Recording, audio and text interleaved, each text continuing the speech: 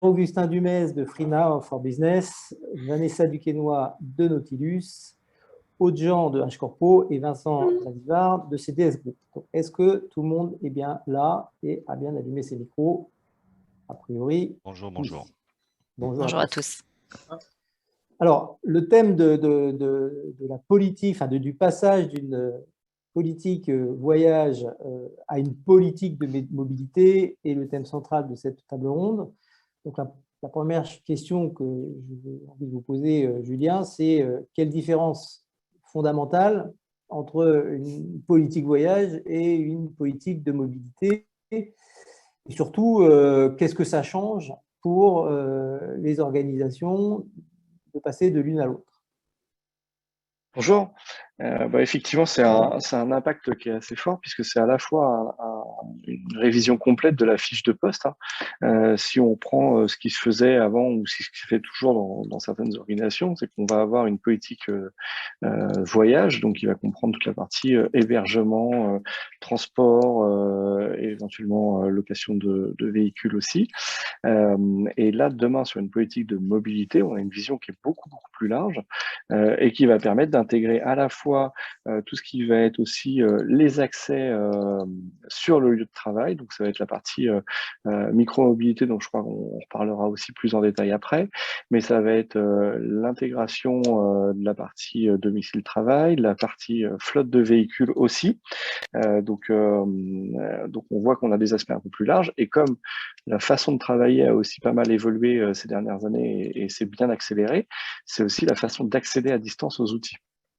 Et tout ça, ça a un impact organisationnel fort puisque avant, on avait un travel manager, ou en tout cas un responsable des voyages ou un responsable des missions. Et si maintenant, on a un responsable de la mobilité, c'est des fonctions qui étaient auparavant incluses en partie dans les secrétariats généraux ou en partie dans les ressources humaines. On voit qu'il y a un changement à la fois sur la façon de penser la mobilité du collaborateur. On a une vision plus large, plus globale de tous ces déplacements et pas uniquement pour accéder à une réunion ou à une intervention sur site. Une vision plus large, mais aussi une façon de penser un peu différente de l'organisation même et de l'organigramme même, puisqu'on va agglomérer différentes fonctions aujourd'hui éclatées entre différentes directions. Merci Julien. Alors du coup, je vais me tourner vers Élodie Altmaier. Donc vous êtes acheteuse à l'UGAP, donc vous êtes une centrale d'achat. Et donc ça veut dire que vos donneurs d'ordre ou vos clients font évoluer leur politique voyage potentiellement vers cette politique plus large de mobilité. Vous, en tant qu'acheteur, comment ça a impacté ou fait évoluer votre mission au quotidien? Alors bonjour, donc au niveau de l'UGAP, ça n'a pas vraiment fait changer notre mission au quotidien, étant donné qu'on est centrale d'achat publique, qu'on est dédié donc aux entités publiques et que notre but a toujours été de proposer un panel d'offres assez large et vaste pour justement répondre aux obligations des entités publiques, qu'elles soient gouvernementales, réglementaires ou orientées effectivement sur la transition économique et toute cette partie RSE.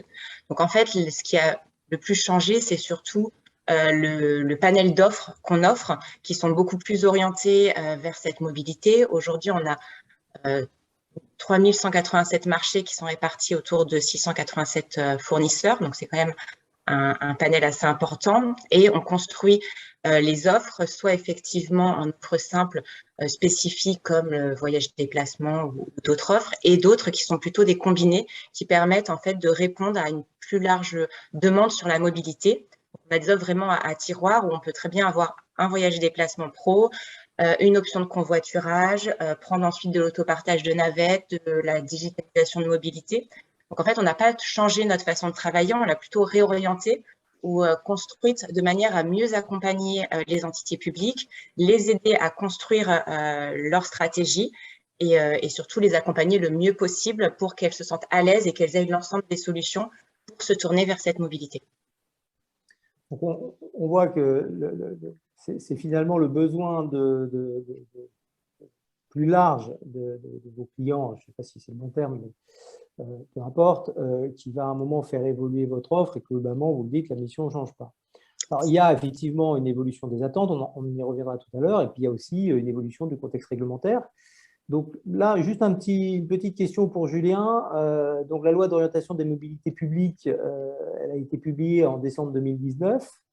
Elle participe de ces éditions. Et est-ce que vous pouvez nous rappeler en quelques mots les grandes orientations de cette loi et ce qu'elles impliquent, notamment pour les personnes qui nous écoutent?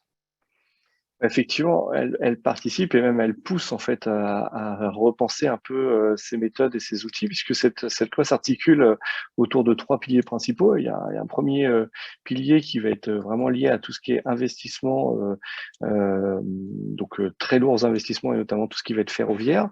Et ça, on verra aussi après que ça va avoir un impact dans la façon de se déplacer professionnellement. La deuxième partie qui est une partie qui nous intéresse encore plus, c'est tout ce qui va être faciliter et encourager le développement de nouvelles solutions. Donc là, on va avoir des solutions alternatives à la voiture individuelle. Ça va être aussi intégré dans les discussions annuelles tout ce qui va être lié à la mobilité domicile-travail dont je parlais tout à l'heure. C'est les forfaits mobilité durable qui sont déjà en place dans certaines grosses institutions publiques ou collectivités. Mais c'est aussi de la mise à disposition d'informations. On en reparlera plus tard, mais la data, c'est vraiment important pour suivre, mais aussi pour répondre aux besoins, donc mettre plus d'informations disponibles auprès des usagers. Et puis le dernier pilier, ça va être tout ce qui va être d'engager une transition vers une mobilité plus propre. Elodie en parlait tout à l'heure dans les offres, la partie RSE, c'est quelque chose qui va devenir qui est déjà importante et qui va devenir de plus en plus important, puisque outre des obligations de reporting, il y a aussi une attente à la fois des collaborateurs dont on pourra en parler plus tard, mais du coup une attente des pouvoirs législatifs, puisque les zones à faible émission qui ont déjà été mises en place dans les grandes agglomérations sont assez contraignantes en matière de parc de véhicules. Et on a à côté en plus beaucoup d'investissements sur un plan vélo, sur un plan recharge, mais aussi sur la verdisation du parc de véhicules. C'est-à-dire qu'aujourd'hui déjà, chaque renouvellement de flotte doit comporter plus de 10% de véhicules verts, ou en tout cas avec une consommation énergétique faible. Et ça va avoir des gros impacts parce que changer une organisation ou changer sa façon d'acheter ses flottes de véhicules, c'est pas juste changer le type de véhicule sur le bon de commande. C'est aussi bien mettre en adéquation les besoins des utilisateurs et les offres du marché, parce que tous les véhicules aujourd'hui électriques permettent pas de répondre à tous les besoins des usagers. Mais c'est aussi s'assurer que sa propre collectivité, sa propre institution est dotée de recharge suffisante, va mettre à disposition des moyens de paiement aussi adaptés pour pouvoir maintenant payer de la recharge quand on sera en dehors de sa zone.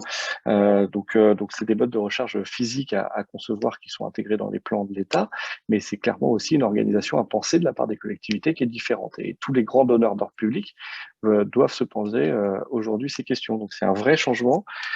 C'est un changement d'usage aussi. Alors ça, je crois que c'est Pierre-Augustin qui en parlera, mais aujourd'hui, la voiture de fonction qui était vue un peu comme le Graal dans certaines organisations, c'est peut-être moins vrai, notamment dans les grandes agglomérations. Merci, le Julien. Dernier point. Merci, Julien. Pour Elodie, et donc je vais rebondir sur ce qu'a dit Julien, et plus particulièrement donc, pour les entités publiques. On comprend que les besoins, ou en tout cas les moyens à mettre en œuvre, sont différentes en fonction des entités elles-mêmes. Les entités publiques n'ont pas le même rôle et n'ont pas les mêmes besoins.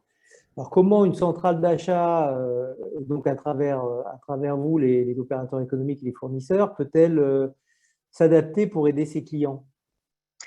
Alors, on s'adapte tout simplement en créant des événements ou des moyens d'accompagnement qui sont adaptés. L'UGAP a notamment créé des événements spécifiques territoire et mobilité, qui sont des événements locaux qui mettent en évidence les offres de l'UGAP, les fournisseurs, et qui permettent aussi d'avoir des ateliers pour réfléchir, pour justement accompagner, comme disait Julien, en fonction de la maturité, en fonction aussi de leur stratégie et de leurs besoins, vers les bonnes offres et vers les bonnes solutions. Après, effectivement, il y a des fils rouges qui qui sont obligatoires, qui sont celles qui sont définies par les différentes lois, et donc où il faut intervenir. Mais effectivement, en fonction de la typologie, du positionnement et de la maturité de l'entité publique, l'accompagnement ne va pas être le même. Nous, au niveau de l'UGAP, on est là pour les renseigner, les informer, leur dire ce qui est possible de faire, ce que nous, on leur propose, mais ce qu'ils peuvent aussi faire tout seuls, et toujours voilà, essayer d'innover, les accompagner et surtout de leur proposer des choses intéressantes et qui va dans le sens de leurs obligations et de leurs besoins. Julien parlait tout à l'heure des vélos électriques, c'est assez rigolo parce qu'effectivement, nous, on vient de livrer le Conseil régional d'Île-de-France de 116 vélos électriques. Donc, c'est dans ce sens-là où des fois, des petits éléments contribuent à atteindre ce fil rouge et leurs objectifs derrière. Merci Élodie. Alors, on a évoqué effectivement l'évolution de l'environnement et du cadre dans lesquels on va réfléchir à sa politique mobilité. Et donc, un des sujets d'une politique mobilité, c'est de réfléchir sur qu'est-ce qu'on peut intégrer pour répondre à de nouvelles attentes, que ce soit des nouvelles attentes des entreprises, des organisations, des collectivités elles-mêmes ou des voyageurs qui sont directement concernés. Donc là, je vais m'adresser à Pierre-Augustin et Élodie sur ces deux sujets. Donc, on va commencer peut-être et à Aude également. Donc, Pierre-Augustin, on entend souvent dans les nouveaux modes de mobilité, on parle de micromobilité, on parle de nouvelle mobilité, on parle de multimobilité, on parle de mobilité douce. Donc, c'est des termes qu'on emploie, qui sont très à la mode, si je puis dire, mais qui correspondent à une réalité. Est-ce que vous pouvez dire concrètement ce que c'est et comment ça s'insère dans une politique de mobilité globale? Bonjour à tous. Du coup, tous ces termes sont synonymes finalement. La définition de la mobilité douce en matière de transport, elle est assez large, mais on peut dire que c'est tous les moyens de mobilité, qu'ils soient collectifs ou individuels, qui contribuent à une baisse des émissions de CO2. Donc, les politiques d'incitation à ces pratiques de mobilité douce sont accélérées ces dernières années, que ce soit pour les besoins privés, mais aussi pour les besoins professionnels et les déplacements professionnels. La frontière entre la vie personnelle et la vie professionnelle est de plus en plus fine. On le sait, les collaborateurs s'attendent à pouvoir utiliser les mêmes outils, les mêmes services pour leurs besoins professionnels que pour leurs besoins personnels. Et ces choix vont être faits en fonction de leurs valeurs, de leurs besoins et aussi de leurs habitudes.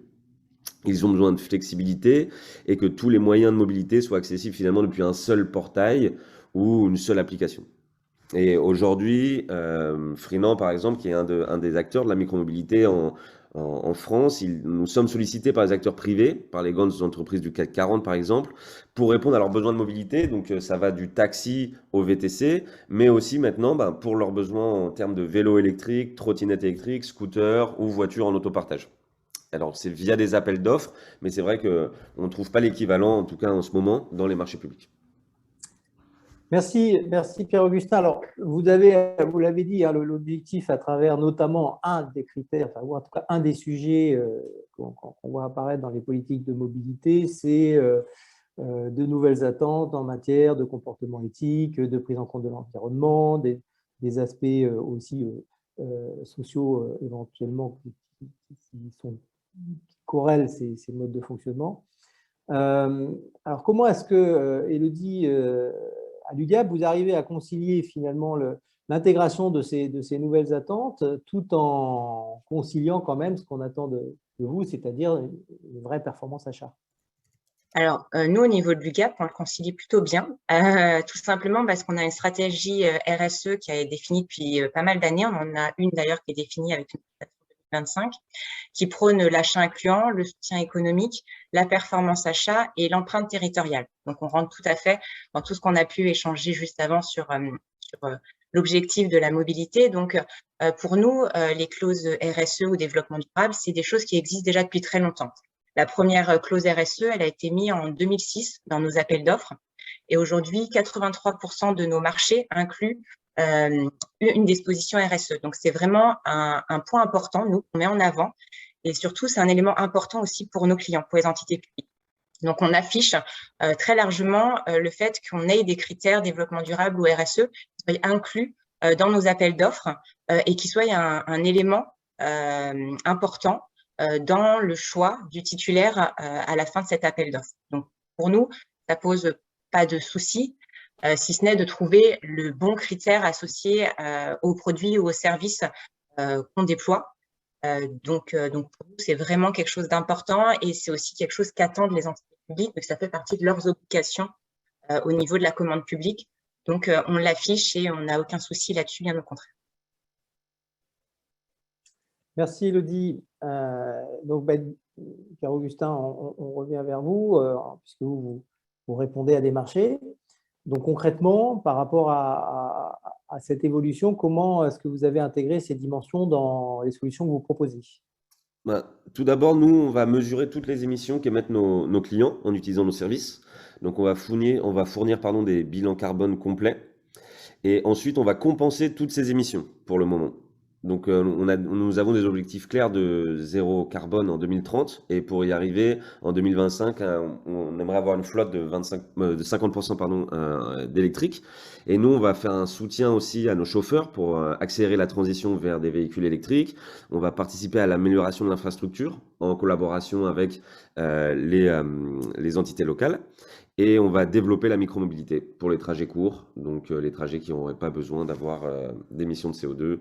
On va pouvoir utiliser la trottinette, le scooter ou la voiture électrique.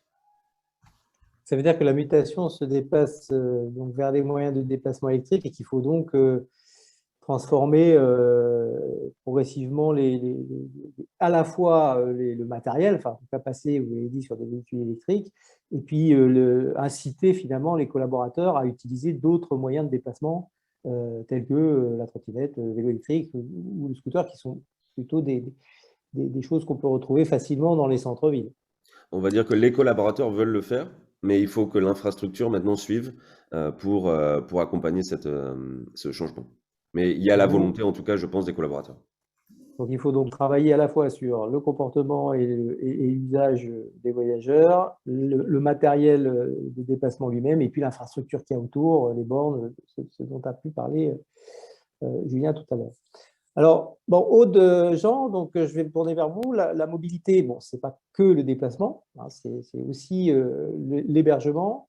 Vous aussi, vous avez observé une évolution dans le comportement et les attentes des voyageurs. Et comment vous percevez l'impact sur la manière dont aujourd'hui ils communiquent leur politique hébergement pour ce qui vous concerne? Oui, c'est vrai que c'est clé. Je pense qu'avec cette phase post-crise, on a vu énormément d'évolutions et de tendances sur la partie hébergement.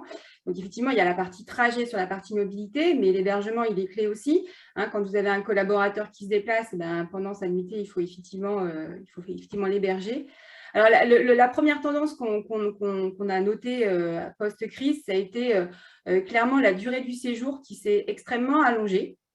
Donc, en fait, ce qu'on se rend compte, c'est que finalement, nos clients publics, finalement, vont peut-être se déplacer un peu moins, mais vont faire ce qu'on appelle un voyage utile et donc vont profiter de leur déplacement et donc vont finalement ajouter peut-être une nuitée. Quand par le passé, on pouvait faire un aller-retour Lyon dans la journée, on va peut-être se poser la question, ou Marseille, on va peut-être se poser la question de comment on va optimiser ce coût du déplacement et finalement prendre plus de rendez-vous et le faire sur 2 jours ou 3 jours.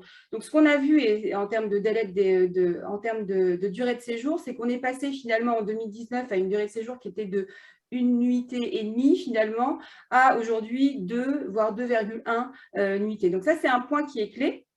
On se rend compte donc qu'il y a vraiment une évolution, une nouvelle tendance dans ce déplacement sur la partie hébergement. L'autre point en fait qu'on analyse, c'est aussi la dépense hôtel qui augmente, bien évidemment, puisque la durée moyenne du séjour augmente. Finalement, cette dépense hôtel qui était par le passé, on va dire, le deuxième poste de dépense, notamment après la partie billetterie, en fait, elle devient clé. Notamment parce que on a aussi et on en parlait tout à l'heure dans la précédente table ronde, on a aussi des tarifs qui augmentent. Donc, les hôteliers aujourd'hui augmentent leurs tarifs un petit peu. Et donc, on a un poids finalement de la dépense qui devient de plus en plus importante. Une autre tendance qui est clé, et ça, il faut l'avoir en tête, c'est aussi l'intégration de la notion de RSE qu'on avait un petit peu moins par le passé et là qui est systématique. Donc, tout ça fait qu'aujourd'hui, en fait, finalement, on on a des clients publics qui se rapprochent de nous et qui nous disent moi là, il va vraiment falloir que je revoie ma politique mobilité afin d'aligner finalement ma politique avec l'évolution de cette industrie. Donc, il y a vraiment une approche RSE qui est intégrée avec la prise en compte aussi possiblement de l'augmentation des tarifs, la mise en place de cette politique RSE dans le cadre de l'hébergement. Donc, ça veut dire quoi en fait dans le cadre de l'hébergement? Ça veut dire que finalement, on va prendre en compte l'hébergement dans sa globalité, de voir comment l'hébergement peut apporter les critères éco-responsables et sanitaires. Donc, il y a aussi la sécurité du voyageur qui est extrêmement forte. On s'est rendu compte aussi pendant cette période que le bien-être et la qualité de vie étaient quand même quelque chose d'extrêmement important. Cet équilibre vie personnelle, vie professionnelle. Et donc, la santé aussi du collaborateur était importante. Donc, ça, c'est des nouveaux critères aussi qui sont clés et sur lesquels, en fait, nos clients publics nous sollicitent sur la partie hébergement au niveau de chez HCorpo. Il y a un point aussi qui est clé, c'est cette notion de voyageur. Le voyageur, en fait, quand par le passé, il anticipait énormément son déplacement, ce n'est plus le cas aujourd'hui. Donc, il va finalement, on est sur des fenêtres de réservation qui sont beaucoup plus courtes que par le passé. On a un voyageur aujourd'hui, il a envie de personnalisation, il a envie de flexibilité, il a envie d'agilité. Donc, il faut derrière que le partenaire qui accompagne sur la partie hébergement, finalement, rende le voyage simple. Et on sait que finalement, ce temps de l'hôtel, en fait, c'est un temps qui est ultra sensible parce qu'en fait, il touche à un moment personnel. Quand vous dormez dans une chambre d'hôtel, c'est la nuit et c'est finalement aussi pendant votre temps personnel. Donc, c'est très sensible et il faut vraiment que l'expérience utilisateur du voyageur, elle soit fluide, sans souci, qu'il n'y ait pas cette charge mentale au niveau du déplacement. Et donc, c'est important de mettre à disposition aussi des services à forte valeur ajoutée, avec notamment cette possibilité d'annuler jusqu'à la dernière minute l'hôtel sans coût supplémentaire, ça c'est point clé aussi. Et puis, s'assurer effectivement que le voyageur soit accueilli, donc la vérification de la réservation en préalable de l'arrivée du collaborateur, c'est aussi important. Voilà, tout ça, ce sont des services qui sont mis en place pour pouvoir vraiment apporter du confort et qui vient répondre à ces nouvelles tendances de bien-être du voyageur. Donc, dans la notion de RSE, il y a effectivement toujours cette idée de green qui est important, mais finalement, le RSE n'aborde pas que cette thématique et le bien-être du collaborateur en étude en tout cas. Et c'est un point aussi qui est important parce que finalement, aujourd'hui, la notion de voyage, elle devient clé aussi en tant qu'employeur et ça fait partie, alors je sais que vous êtes peut-être tous confrontés à cette phase de recrutement en ce moment qui est clé et ça fait partie des questions qu'on nous pose clairement aujourd'hui, vous en tant qu'entreprise, comment vous accompagnez le déplacement de votre collaborateur, ça fait partie des critères d'employabilité aussi, enfin de qualité d'employeur pour nos interlocuteurs. Et puis, il y a un dernier point, une dernière tendance qui arrive aujourd'hui et qui est vraiment ultra importante, c'est la notion de conformité dans l'ensemble du processus, donc de la réservation à la facturation et au paiement. Donc ça, c'est un point qui est clé parce que en fait, nos interlocuteurs finance des entités publiques nous disent, moi, c'est imparable, il me faut vraiment une totale conformité dans ce processus-là. Donc, la réponse, c'est effectivement la digitalisation qui vient simplifier la partie réservation, bien évidemment, et surtout la centralisation de la facturation et du paiement. Donc, pour ça, il faut vraiment qu'il y ait un outil avec une bonne intégration, qui soit complètement interopérable et qui permet justement d'assurer cette conformité pour récupérer aussi la data, parce qu'aujourd'hui, en fait, finalement, la data, elle est clé. Elle va permettre d'avoir effectivement une bonne visibilité sur la gestion de l'hébergement et puis derrière de pouvoir aussi piloter certains points par rapport aux voyageurs, bien comprendre les besoins du voyageur et puis de l'accompagner. On a parlé tout à l'heure, je pense que c'est important, comment on va accompagner le voyageur dans ces changements de la mobilité douce, de la mobilité green. Je pense que ça peut effectivement passer par la communication, les communications qu'on peut faire effectivement auprès du voyageur, qui est clé dans l'achat finalement. C'est lui qui va au final appuyer sur le bouton pour faire sa réservation, qui va au final choisir un transport plutôt qu'un autre. Donc, c'est lui aussi qu'il faut convaincre dans cette approche green, RSE dans sa globalité. Et pourquoi pas mettre en place des outils de stimulation aussi. Hein. On est dans on a des collaborateurs de plus en plus jeunes et les outils de stimulation pour orienter finalement le collaborateur dans son jeune achat, ça peut être aussi un point clé. Donc voilà un peu, je dirais, sur la partie hébergement, toutes les nouvelles tendances qu'on observe et des éléments à mettre en place pour pouvoir répondre aux clients sur ce point-là. Merci Aude pour cette réponse. Donc je note que le besoin de flexibilité et de modification de son voyage dernier moment est un élément de confort aussi pour les voyageurs à intégrer. Alors, Vincent Zaldivar, donc vous, CDS Group, vous êtes aussi spécialiste de l'hébergement. Un des sujets, c'est effectivement, on l'a vu, les attentes en matière de confort de voyage et de mode de déplacement, de mode d'hébergement. Mais il y a aussi un sujet, ça a été abordé rapidement, qui est comment est-ce qu'on répond à des demandes en matière de sécurité au sens large, hein, ou sûreté, les deux termes peuvent être employés, pour finalement garantir ou rassurer et les organisations, donc les employeurs, et les voyageurs eux-mêmes sur les conditions dans lesquelles ils vont, en l'occurrence, être hébergés. Il y a beaucoup de choses symétriques avec Aude, on fait le même métier, mais c'est vrai qu'à côté des objectifs historiques de maîtrise, d'optimisation des coûts, les enjeux en matière de sécurité sont vraiment montés en puissance dans les entreprises et du coup, j'ai envie de dire, notre rôle de marketplace de l'hôtellerie d'affaires et d'expert de solutions de réservation en ligne a évolué pour toujours plus sécuriser les acheteurs. Donc, en premier lieu, on a amélioré notre plan de continuité de l'activité avec nos moyens humains et matériels. Tout ça pour contrebalancer aussi certains déséquilibres dans l'écosystème par moment, hein, en termes de non-qualité, en termes de pénurie de main-d'œuvre, côté hôtel, mais pas seulement. Et puis, de l'autre côté, effectivement, les besoins accrus des clients en matière de modification, d'annulation, de vente de dernière minute ou d'après-vente. Donc, côté CDS, ça a plutôt bien fonctionné en termes de sécurité, de travail à distance et d'engagement, en fait. Et depuis 2020, par contre, ce qu'on constate, nous, c'est qu'on a quasiment doublé les ressources et les moyens nécessaires en termes de support hôtel, de sécurisation des réservations qui ont été évoquées aussi par Aude et de relations clients 24 heures sur 24, 7 jours sur 7.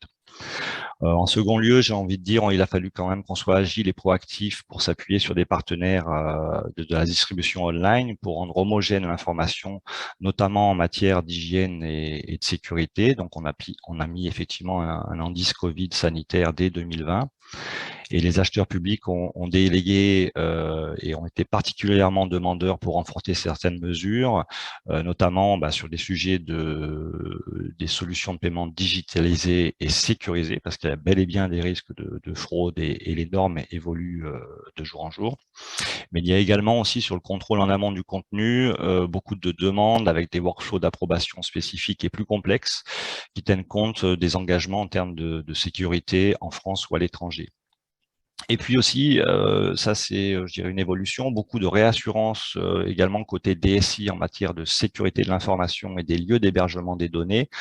Parce que, bon, on peut donner un exemple, mais avant la crise Covid, les questions qui étaient adressées à notre DPO se résumaient souvent à 2 ou 3 pages, à une dizaine de questions. Et aujourd'hui, en fait, on répond à des questionnaires de plus de 40 ou 50 pages avec 200 questions qui concernent la sécurité, la RGPD et différentes normes. Donc, c'est beaucoup plus lourd et il y a vraiment un regard précis au niveau des entreprises sur ce sujet. Côté offre, on a également accompagné les clients pour mettre en place des filtres du contenu, puisqu'effectivement, il y a eu une évolution des comportements, notamment en recherchant des résidences hôtelières. Hein. Donc, on a pu mettre des filtres en place au-delà de l'hôtellerie pour chercher des résidences, par exemple. Et on constate aussi qu'il y a un besoin d'un inventaire de plus en plus dynamique. Donc, ça rejoint aussi, je dirais, le voyageur qui est aussi au cœur des besoins et des attentes. On a mis en place des inventaires qui sont dynamiques parce que ils peuvent répondre aussi en fonction des enquêtes de satisfaction à un besoin et ça devient un élément de décision de sélection des prestations pour le voyageur. Voilà. Donc, en gros, en synthèse, ce besoin de confiance de l'enseigne, en fait, a fait évoluer la mission de CDS de marketplace de l'hôtellerie d'affaires à vraiment réellement sélectionnaire de contenu pour fournir vraiment l'information adaptée. Merci Vincent. Donc, ça me permet de faire la transition sur Vanessa Duquesnoy. Donc vous êtes éditeur de logiciels de gestion de la mobilité, donc chez Nautilus. Vous observez donc ce côté, on voit sûreté, sécurité, il y a la sécurité du voyageur, il y a également toute la sécurité et la protection des transactions qu'on peut faire et quand on est en situation de mobilité et quand on prépare son voyage. Donc finalement, comment vous percevez ça et comment ça a pu éventuellement faire évoluer votre solution? Alors oui, en tant qu'éditeur, en fait, l'exigence vis-à-vis de l'éditeur informatique que nous sommes a toujours été là. Maintenant, bien évidemment, post-situation Covid et puis post aussi situation géopolitique actuelle, les exigences ne font qu'augmenter. Donc, on a toujours été confronté à un degré d'exigence élevé sur nos outils et notamment Nautilus. Maintenant, nous, ce qu'on voit, c'est aussi les zones de risque qui se sont accentuées.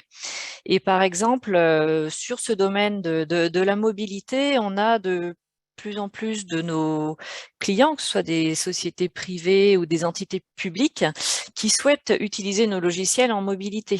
Qui dit mobilité dit multiplication des terminaux, que ce soit des smartphones, des tablettes.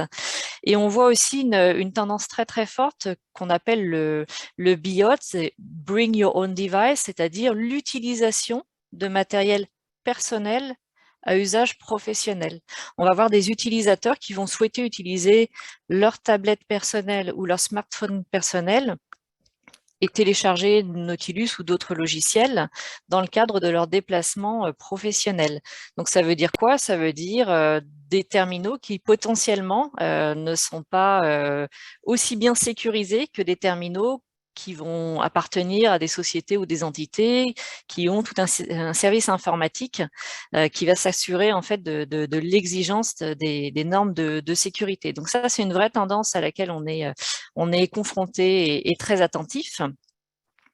Après, dans notre domaine à nous, qui est la mobilité, et notamment on est très connu sur la partie de la note de frais, qui dit note de frais dit grosse tendance à la dématérialisation complète du processus, et notamment tout ce qui est justificatif des dépenses. Et qui dit justificatif dit pièces jointes. Donc, quand vous intégrez des pièces jointes dans un logiciel, potentiellement, vous avez un risque d'intégrer des pièces qui peuvent être dangereuses, corrompues. Et là, l'exigence, elle est bien évidemment portée sur tout ce qui est niveau d'antivirus utilisé et mis à jour chez les éditeurs de logiciels. Donc, effectivement, l'exigence, elle a toujours été là. Mais les enjeux sont de plus en plus importants sur cette partie avec une zone de risque encore plus large qu'avant.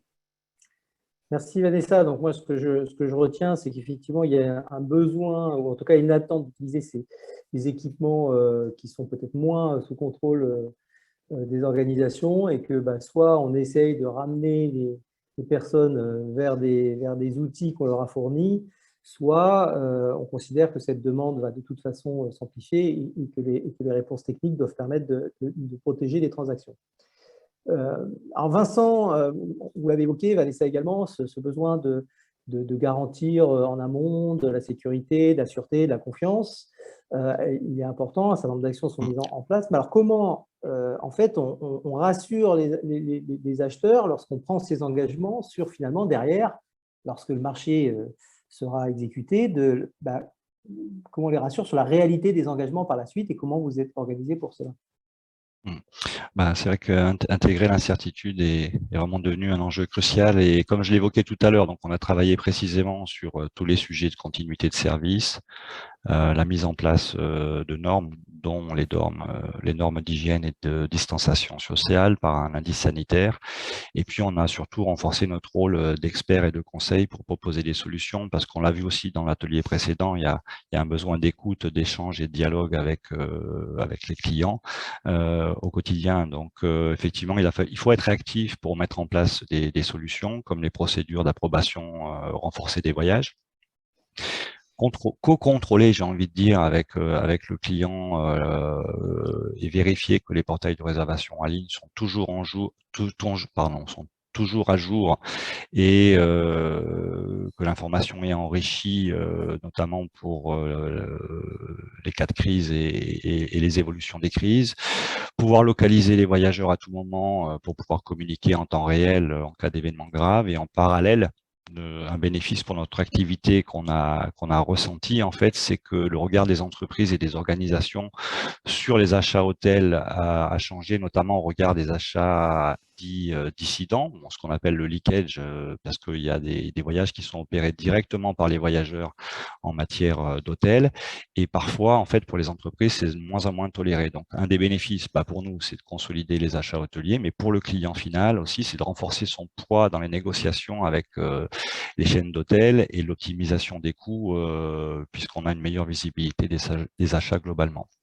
Donc voilà, bon, selon moi, les réflexes acquis pendant la pandémie risquent de perdurer, et les entreprises sont désormais en attente de conseils stratégiques en matière de gestion des risques et de voyage. Donc au niveau de CDS, nous, on a vraiment renforcé nos équipes conseils avec des account managers qui connaissent bien les écosystèmes techniques et les besoins spécifiques au regard de la commande publique, notamment en termes de sémantique parfois, et nous allons continuer à embaucher pour faire face à notre développement sur cet axe-là. Donc, ça veut dire que quand on pense à un marché ou quand on prépare un marché, il faut s'intéresser non seulement au niveau de sécurité que l'on attend, mais également à l'analyse des moyens et des engagements sur les moyens qui seront mis en place pour respecter tout ça. Donc, au final, et c'est aussi le plus difficile, et j'ai bien aimé votre phrase qui était de dire qu'il faut préparer l'incertitude.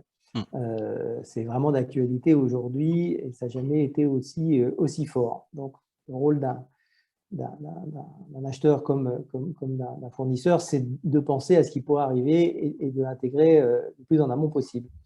Alors vous, Vanessa, vous avez le même sujet, et sur des sujets très techniques, informatiques. Donc, vous avez également la nécessité de prouver, dans le cadre du marché, que vous êtes capable d'assurer la sécurité de transaction et l'ensemble de ce qui tourne autour en matière de sécurité informatique. Un des sujets que nous avions évoqués, c'est finalement comment on peut utiliser la certification comme un moyen d'évaluation de l'offre sur ce sujet-là. Ben oui, donc effectivement, Xavier, c'est pas suffisant de dire que notre logiciel est sécurisé, encore faut-il le prouver. Et on le voit bien avec toutes les tentatives d'hameçonnage et tout ce qui se passe aujourd'hui, forcément que les entités, notamment publiques, demandent des preuves de niveau de sécurité. Donc, moi, je résumerai le sujet en 3 points. Le premier point qui est indispensable, c'est bien évidemment la conformité RGPD, donc, qui est un prérequis indispensable, une preuve qui est demandée sur tout type de logiciel tel que Nautilus. Donc RGPD. Le deuxième point, c'est la certification de la solution, mais la solution, ça peut être soit la solution, ça peut être la solution dans son ensemble avec tout ce qu'il y a autour, et c'est le cas chez Nautilus. Nous, on est certifié ISO 27001. Donc ça, c'est une certification qui est demandée dans les appels d'offres, qui doit figurer dans les pièces à remettre, parce qu'elle atteste d'un niveau d'engagement de sécurité qui en plus est itératif, donc qui permet de rassurer nos futurs clients sur le long terme, sur toute cette partie sécurisation. Il y a un troisième point qui est important, qui va être de plus en plus alors c'est pas en tant que tel une certification, mais on nous demande très clairement quel est le lieu d'hébergement des données qui sont intégrées dans notre logiciel, et tout le dispositif de l'hébergement de ces données qui va avec. parce que le fait d'être un éditeur notamment français avec un engagement de stockage des données en France ou en Europe, ce sont bien évidemment des éléments qui sont intéressants au regard de la sphère publique française par rapport à d'autres solutions qui seront un peu plus internationales ou américaines. Je rebondis sur un point aussi qui est important, qui est demandé notamment dans les appels d'offres, d'ailleurs tant privés que publics, et Vincent en parlait tout à l'heure. On a également, pour matérialiser toutes ces inquiétudes et ces exigences, quand on répond à des appels d'offres, on a effectivement des questionnaires de sécurité qui sont de plus en plus denses. Nous, on reçoit même parfois des questionnaires qui ont plus de 100, voire 200 questions sur la thématique. Donc, on voit bien que c'est un sujet qui cristallise beaucoup d'angoisse. Et ça fait partie aussi des éléments sur lesquels on doit répondre de manière précise, s'engager, voire échanger. Parce que derrière, voilà, il y a sur ce genre de logiciel, on manipule, en tout cas, on reçoit de nombreuses données, et notamment des données, alors à caractère personnel pas que, on va dire au sens large, des données sensibles. Donc après, on peut aussi là-dessus avoir des certifications plutôt orientées cybersécurité qui sont demandées. Donc là, on va retrouver la fameuse certification ISO 27001, mais ça peut être aussi une certification, par exemple, qu'on appelle PCI DSS pour tout logiciel qui va manipuler des données, notamment de mode de paiement. Donc voilà, ça fait partie de toute la panoplie qui peut nous être demandée. Et il y a aussi un dernier point que l'on retrouve beaucoup dans les appels d'offres, c'est la description et l'engagement à la continuité de service.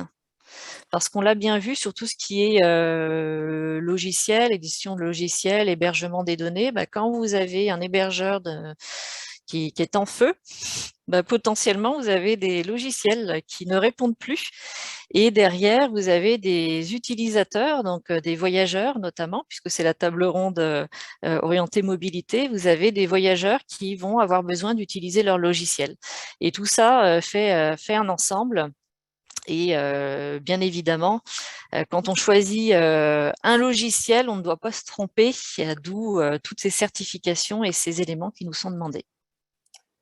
Merci Vanessa. Alors, puisqu'on parle de données, les données, ça se pirate, c'est sûr, mais l'objectif au départ, c'est plutôt de les utiliser. Donc, on va parler de pilotage et puis de ce qu'on appelle souvent la data.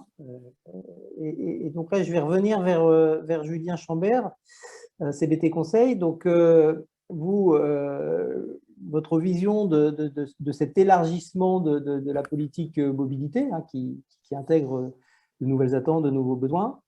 Du coup, ça aussi nécessite de revoir la manière dont on pilote cette politique qui finalement devient plus complexe. Et donc, comment à la fois on intègre ces possibilités de gérer plus de données et donc de piloter, mais en même temps de rester efficace et puis de respecter quand même les budgets, puisque à la fin, il y a quand même cette notion qui est très importante. En effet, dans les marchés publics, on sait que la politique voyage et montant de remboursement, eux, ils sont très contraints par des arrêtés. Donc là-dessus, on est difficilement créatif ou à risque. Encore faut-il qu'on soit capable de bien le suivre. Et aujourd'hui, on constate dans les appels d'offres et dans les cahiers des charges toujours des vraies demandes assez complètes sur la partie reporting et données. Mais dans les usages, on constate une vraie dichotomie entre ce qui est demandé et ce qui est véritablement utilisé. Et là, le fait d'avoir une offre qui est plus large, donc de pouvoir aussi compléter une offre de mobilité ou de déplacement très lié à la mission, ça peut induire le risque de très rapidement crouler sous la donnée, parce que si à chaque fois qu'on a un fournisseur qui nous apporte une donnée et qu'on n'arrive pas vraiment à l'exploiter ou qu'on n'a pas le temps, parce que on le disait aussi dans la précédente table ronde, les acheteurs ont plusieurs familles d'achats et ils n'ont pas forcément tous un temps complet à consacrer à ça. On risque de couler sous la donnée. Donc, c'est ça qui est aussi un changement. On parlait de changement organisationnel quand on parle de mobilité, mais il y a aussi ce changement sur cette partie-là. C'est que là, il faut qu'on réfléchisse beaucoup plus sur les besoins, mais aussi les cibles. Donc, les besoins, pas en termes de KPI ou d'indicateurs clés en disant j'ai besoin de tel indicateur, mais en fait, à quoi va me servir ce reporting et à qui il est destiné, puisque je communique pas de la même façon si c'est pour communiquer au directeur général des services ou un directeur d'unité ou un chef de service ou à des utilisateurs. Et puis aussi, faut qu'on soit capable d'y intégrer des nouveaux critères. Aude en parlait très bien tout à l'heure, le côté bien-être et RSE, ça c'est des critères qui sont importants à mesurer objectivement. Et donc, c'est là où la data va permettre cette maîtrise et quelque part va permettre de s'adapter à cette nouvelle politique de mobilité. Donc, une fois qu'on aura réfléchi aux besoins, à la cible, aux critères qu'on voulait y mettre dedans, au sujet dont on voulait aborder en fait avec ce reporting.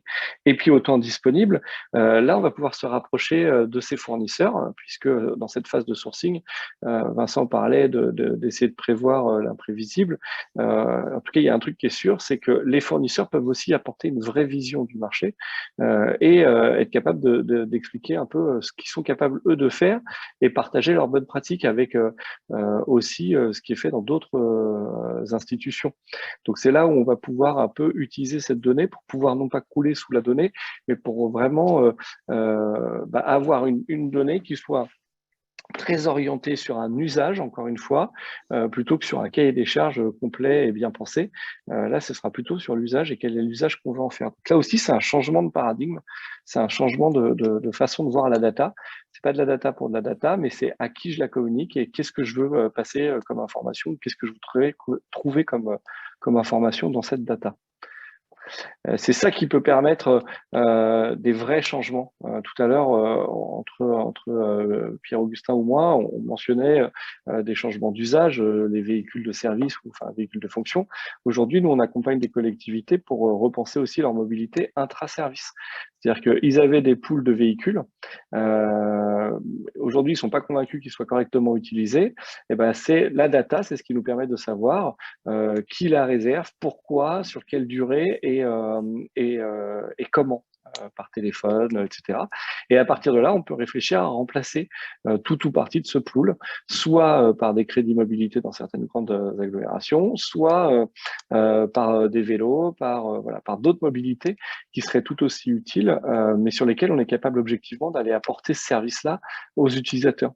Parce que c'est toujours pareil, en fait, commander un parc de vélos, mais si on ne sait pas comment il va être réservé, utilisé et pour quel type de trajet, il y a fort à parier. Enfin, moi, je le vois, je suis aussi maire adjoint dans une collectivité territoriale. Notre parc de vélos, on sait aujourd'hui qu'il est très utilisé 3 mois de l'année. Le reste de l'année, c'est beaucoup moins vrai. Et ça, avec une data un peu plus complète, ça permet de prendre des vraies bonnes décisions et de revoir sa politique achat. Moi, ce que je comprends, c'est qu'effectivement, quand on prépare son marché, il faut intégrer dans son marché l'utilisation qu'on en fera et l'usage davantage que se focaliser sur les données qu'on veut voir remonter. Donc, Vanessa, vous êtes au cœur du sujet. Vous avez un outil qui, à la fois, va fournir, proposer de la donnée et puis aider à la gérer. Est-ce que là aussi, vous avez adapté vos outils pour finalement permettre de piloter de manière plus efficace sa politique voyage, enfin sa politique mobilité, pardon. Effectivement, alors en termes d'adaptabilité, on est plutôt nous sur du paramétrage et on le voit bien, qui dit nouveaux usages dit nouveau paramétrage et nos clients, en tout cas des entités publiques, utilisent l'ordre de mission. Et sur l'ordre de mission, c'est très clair, on voit très bien ces nouvelles mobilités qui apparaissent avec le besoin de mentionner dans son ordre de mission l'utilisation d'une solution en covoiturage ou de micro-mobilité. Donc, premier intérêt, c'est que ça permet à la personne qui va valider de savoir que la personne utilise, que l'agent utilise ce type de mobilité-là, et surtout aussi un besoin en termes d'assurance, hein, le fameux duty of care, savoir quels sont les usages de ces agents et pouvoir intervenir en cas de problématique et se couvrir d'un point de vue assurance. Donc, ces nouveaux usages, ces nouveaux paramétrages, on les voit. Et surtout, ce qui est demandé derrière, c'est qu'une fois que ça a été paramétré, c'est de pouvoir restituer cette donnée à travers des outils de pilotage et donc la fameuse data. Et finalement, ce dont on s'aperçoit, c'est qu'on va voir vraiment deux types. Aujourd'hui, on pourrait dire qu'on a deux grands groupes de clients.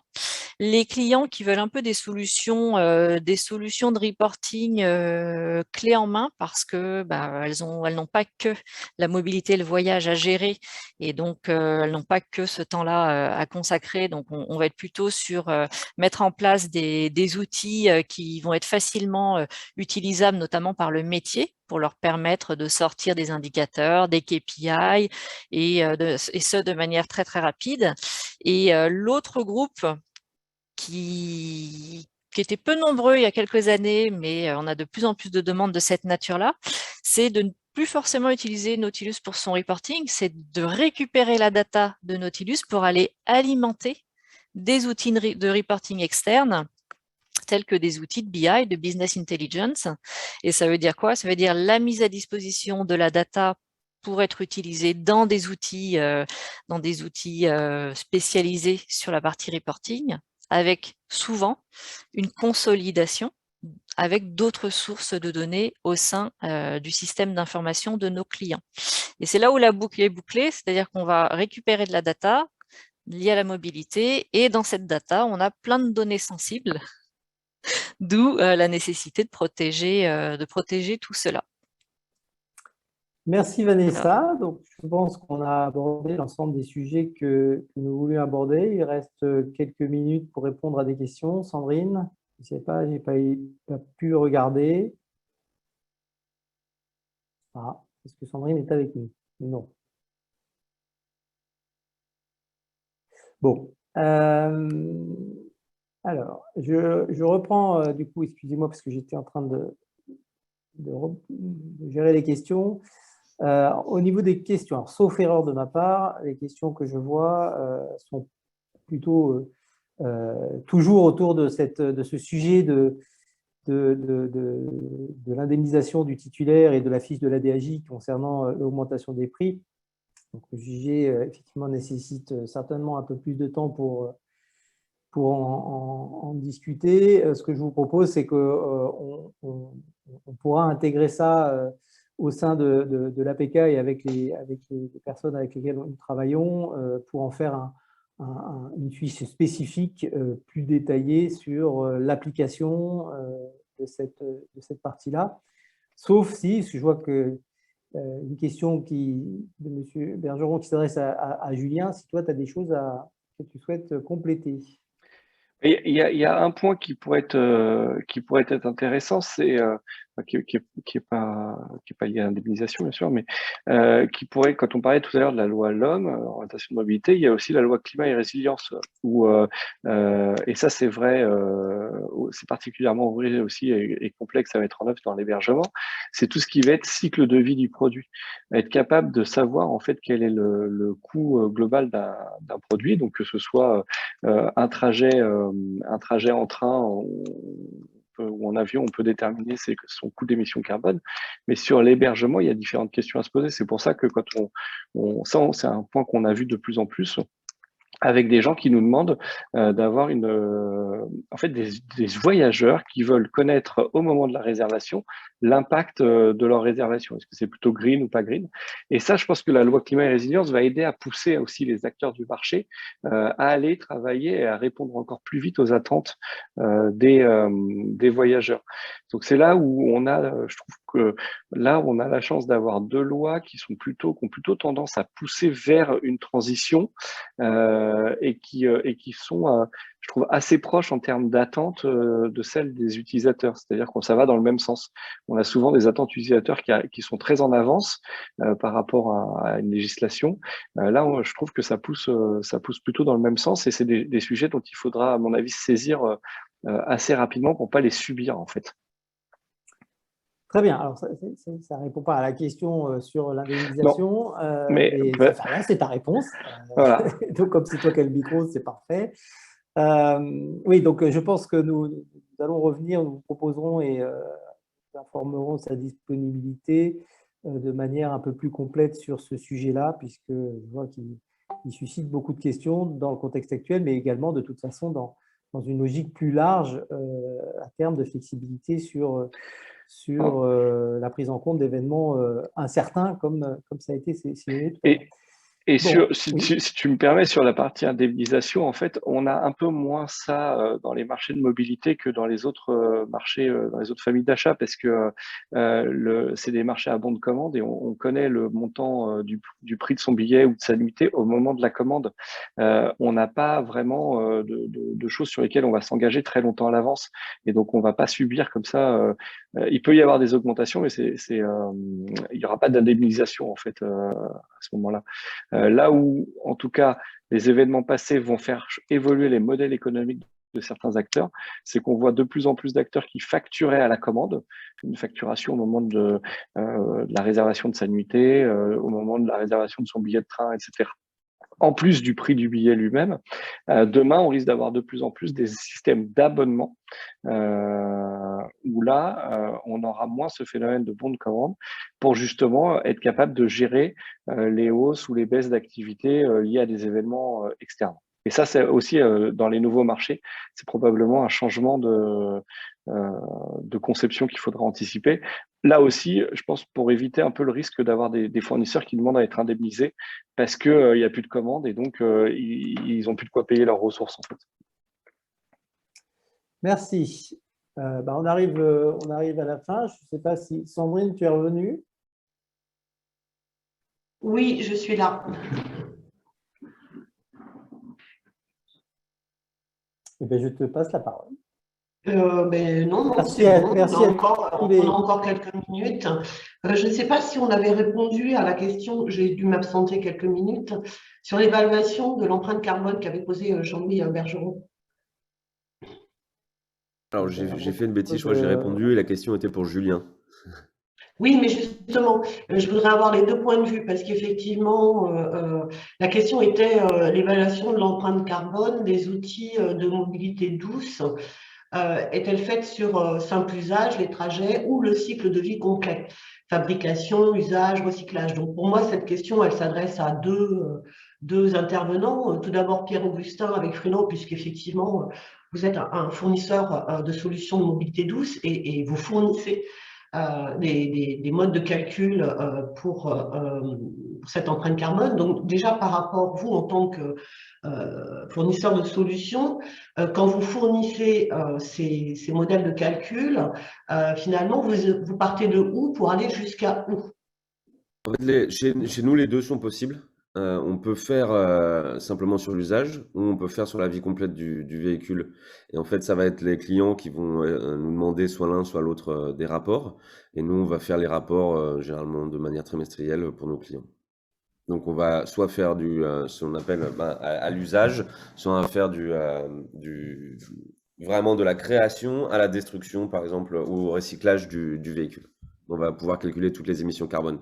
Et sur le véhicule électrique, ça a une importance assez cruciale parce qu'en fonction des pays où on se trouve, nous, en tant qu'acteurs européens, on s'intéresse énormément à ça. On va avoir une électricité qui va émettre plus ou moins de CO2. Et par exemple, en France, on sait que c'est une électricité généralement qui émet moins de CO2 qu'en Allemagne. Et du coup, même pour l'utilisation d'un véhicule électrique, il y a moins d'impact pour une utilisation en France d'un véhicule électrique qu'en Allemagne. Ok. Et du coup, Julien, alors vous avez, Julien a plusieurs casquettes, cabinet conseil, mais aussi élu. Du coup, je m'adresse un peu aux deux casquettes. Julien, quand votre municipalité émet un marché, est-ce qu'elle demande l'analyse du coût complet à ses fournisseurs? Et en tant que cabinet conseil, est-ce que vous constatez effectivement ces demandes qui arrivent dans les marchés de solutions de mobilité douce? Alors, en tout cas, en tant qu'élu, on commence ça fait partie de ce nouveau mandat là, où en fait on intègre des clauses qui sont liées à toute cette partie RSE et ces calculs-là dans chacun de nos marchés. Après, on a des marchés sur lesquels on n'est clairement pas assez mature, donc on va avoir une intégration qui va être beaucoup plus light. On va dire que c'est les premiers efforts. mais on n'est pas encore quelque chose de très, très mature sur ces sujets. Et en tant que cabinet de conseil, on le voit de plus en plus de la part notamment des plus gros donneurs d'ordre, où là, en fait, on voit différentes choses. Soit ils vont demander à leurs fournisseurs quelles sont les différentes méthodes de calcul et d'évaluation, parce qu'on voit que sur l'aérien, par exemple, on va avoir 5 méthodes différentes, avec des petites, voilà, des petites différences systématiques. Et certaines vont pousser le plus loin possible en intégrant, est-ce qu'on voyage, donc la classe de réservation, puisque on émet beaucoup plus de CO2 quand on voyage dans des classes business, par exemple, que dans de la classe affaires, il y a moins de sièges sur un même espace disponible, ou alors en intégrant aussi le type d'avion, parce qu'en fonction du type d'avion et de son année de fabrication, il va consommer plus ou moins de carburant.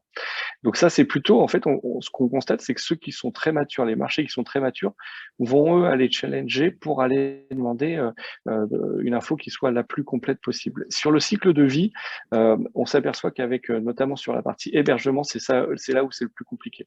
Et donc, on va plutôt aller travailler avec les fournisseurs pour que eux nous apportent aussi leur solution, puisque on a vraiment, en fonction de l'hôtel, en fonction de comment la serviette est lavée, avec quel type de détergent, le nombre de fois où on va changer les draps sur un séjour qui est un peu plus long, etc.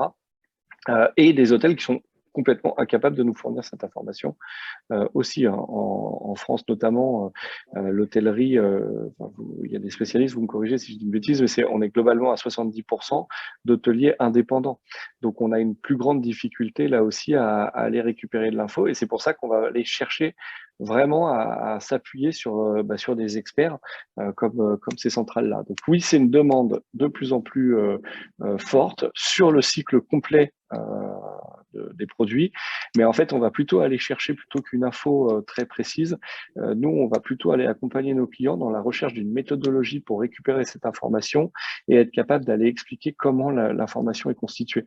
Parce qu'aujourd'hui, ça va être très facile de prendre un même hôtel et d'avoir quatre calculs différents en fait.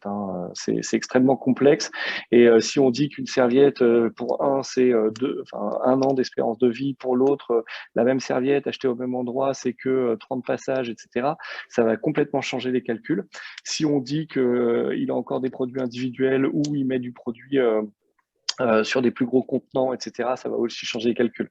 Donc là, nous, on va plutôt aller les accompagner sur de la méthodologie plutôt que sur l'information du chiffre très précis, pour essayer d'aller reproduire cette méthodologie aussi ailleurs, avec les micromobilités, avec les transports, ou avec la gestion de leur parc de véhicules, parce qu'aujourd'hui, c'est quelque chose qui n'est pas du tout pris en compte, et dans beaucoup d'institutions, c'est quand même très significatif. Merci Julien. On a encore quelques minutes pour une question supplémentaire si besoin, ou si quelqu'un veut rajouter quelque chose.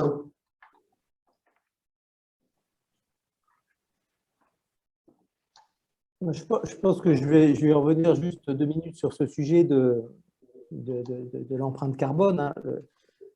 Au départ, l'intérêt de l'empreinte carbone, c'est d'avoir une vision globale de l'impact sur l'émission de gaz à effet de serre. Donc, on va convertir normalement l'ensemble des étapes du produit, et donc quand on fait une analyse de cycle de vie, on aboutit à un chiffrage carbone global, qui n'est pas de la ressource. Prendre comme exemple, ce n'est pas dans la mobilité, mais enfin, vous savez qu'il existe des fiches de données environnementales et sanitaires qui sont beaucoup utilisées, notamment dans le bâtiment. Vous pouvez consulter la base INIES pour ça, qui va donner effectivement des chiffrages, alors qui peuvent être soit des chiffrages standards moyens, soit des chiffrages faits par des fournisseurs sur leurs propres produits, et qui vont du coup devoir intégrer l'ensemble. Donc ça, c'est une manière de l'aborder, c'est par une vision, et l'équivalent carbone, il permet de convertir beaucoup de sources d'émissions de gaz à effet de serre pour en faire à la fin un chiffrage. La difficulté étant que les approximations qui sont faites sur certains postes font qu'à la fin, on n'est pas toujours en mesure de distinguer les offres. Et après, il y a l'autre façon de l'aborder, qui est de définir des critères dont on sait qu'ils vont avoir un impact sur l'émission. Le carbone, c'est une traduction de l'émission de gaz à effet de serre et son impact notamment sur le réchauffement climatique. Et là, après, on peut effectivement avoir d'autres critères qui sont qui sont moins globaux. Donc, effectivement, comparer la consommation électrique, comparer la consommation d'énergie de deux véhicules et donc l'impact de cette production d'énergie, qu'elle soit fossile ou qu'elle soit électrique, qui permet aussi à un moment de différencier sur une offre comparable. Si je veux comparer deux véhicules électriques, je vais aller chercher un critère. Si le véhicule est le même, ou en tout cas si c'est les mêmes types de fabrication de véhicules, finalement, la différenciation, elle ne se fera pas sur la construction de véhicules, mais elle se fera sur sa consommation directe. Et donc, je vais aller chercher des critères peut-être moins globaux, mais qui vont permettre, dans un marché, de comparer les offres. N'oublions pas qu'à la fin, un des intérêts, c'est de comparer soit les offres, soit les modes d'utilisation des offres et d'amener les voyageurs dans ces logiques-là. Donc, les deux peuvent être utilisés si tant est qu'on sache aller un peu plus loin sur ces sujets. Et c'est pour ça qu'on travaille beaucoup sur la cohérence besoin-utilisation, parce que ce qu'on cherche aussi, quand on a des clients qui nous intéressent sur ce sujet-là, finalement, c'est évidemment le respect de certaines lois, mais c'est aussi la traduction d'une vraie envie d'impacter moins en gaz à effet de serre leur environnement. Et c'est là où on les challenge aussi souvent, parce que finalement, si c'est quand on prend les exemples de flotte de véhicules, renouveler la flotte à l'identique, alors qu'on sait qu'elle est mal utilisée, ça c'est ce que nos clients ne veulent plus. Et c'est pas que pour des questions d'économie, parce que aujourd'hui, là, sur les 3 dernières missions de renouvellement de parc qu'on a menées, on n'avait pas fait d'économie, mais on a changé des usages, parce que là, clairement, on s'aperçoit que les gens veulent avoir des biens qu'ils utilisent réellement, et comme disait Xavier, sur lequel ils ont une maîtrise un peu plus forte, que ce soit de l'usage évidemment, mais surtout de leur impact. Et ça, c'est un vrai changement qu'on a pu constater ces derniers mois, cette dernière année.